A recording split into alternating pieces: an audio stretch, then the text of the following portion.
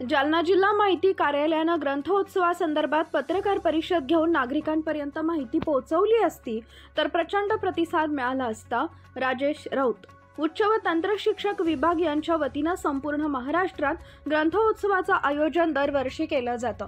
सध्या सन 2025 सुरू आहे, मात्र 2024 या वर्षाचा ग्रंथोत्सव बाकी होता, त्यामुळे हा ग्रंथोत्सव संपन्न होत आहे. या ठिकाणी विविध कार्यक्रम पार पडले, मात्र युवकांपर्यंत आणि जनसामान्यांपर्यंत या ग्रंथोत्सवाचा प्रचार तसेच प्रसार झाला नाही. जिल्हा माहिती कार्यालयानं पत्रकार परिषद घेऊन याबद्दल माहिती दिली असती तर प्रचंड प्रतिसाद या कार्यक्रमाला मिळाला असता, अशी प्रतिक्रिया जालना जिल्हा ग्रंथालय संघ जिल्हाध्यक्ष राजेश राऊत यांनी दिली आहे.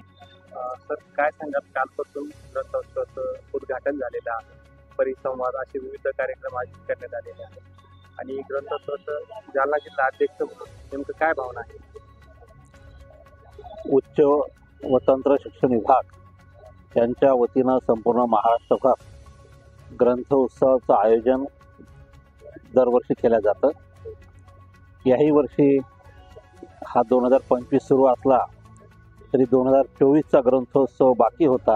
तो ग्रंथोत्सव आज 2024चा येथे संपन्न होत आहे. कालही दिवसभर अतिशय चांगले कार्यक्रम झाले. आजही कार्यक्रमाचं सत्र सुरू आहे, परंतु युवकांपर्यंत जो संदेश जायला पाहिजे होता, जनसामान्यांपर्यंत याचा जो प्रचार आणि प्रसाराचा माध्यमाचं जे काम होतं, शासनाचा उपक्रम आहे. जिल्हा माहिती कार्यालयाने आणि ग्रंथालय विभागाने एक पत्रकार परिषद घेऊन जर याबद्दल माहिती दिली असती तर नक्कीच प्रचंड असा प्रतिसाद या ग्रंथोत्सवाला मिळाला असता.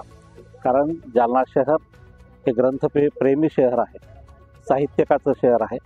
अनेक नामवंत साहित्यिक ज्या जिल्ह्याच्या पासून तर राज्यभर आणि आंतरराष्ट्रीय पातळीवर गाजलेले साहित्यिक आणि कवींचा कसा प्रतिसाद? साहित्य आणि कवी आहेत मोठ्या प्रमाणात आलेले, परंतु युवकांनी त्याचा लाभ घ्यायला पाहिजे होता, विद्यार्थ्यांनी लाभ घ्यायला पाहिजे होता. महाविद्यालयीन विद्यार्थी मोठ्या संख्येने इथे उपस्थित व्हायला पाहिजे होते, त्या प्रमाणात ते झालेले नाहीत. सार्वजनिक ग्रंथालयांचाही 50% सहभाग आहे आणि विद्यार्थ्यांचाही कमी प्रमाणात सहभाग आहे. परंतु तो सहभाग याच्यामुळं आहे की हा जो 2 दिवसाचा ग्रंथोत्सवाचा उपक्रम होता, त्याचा प्रचार आणि प्रसार करण्यासाठी सरकारी यंत्रणा खऱ्या अर्थानं कमी पडलेली आहे असं मी म्हणतो.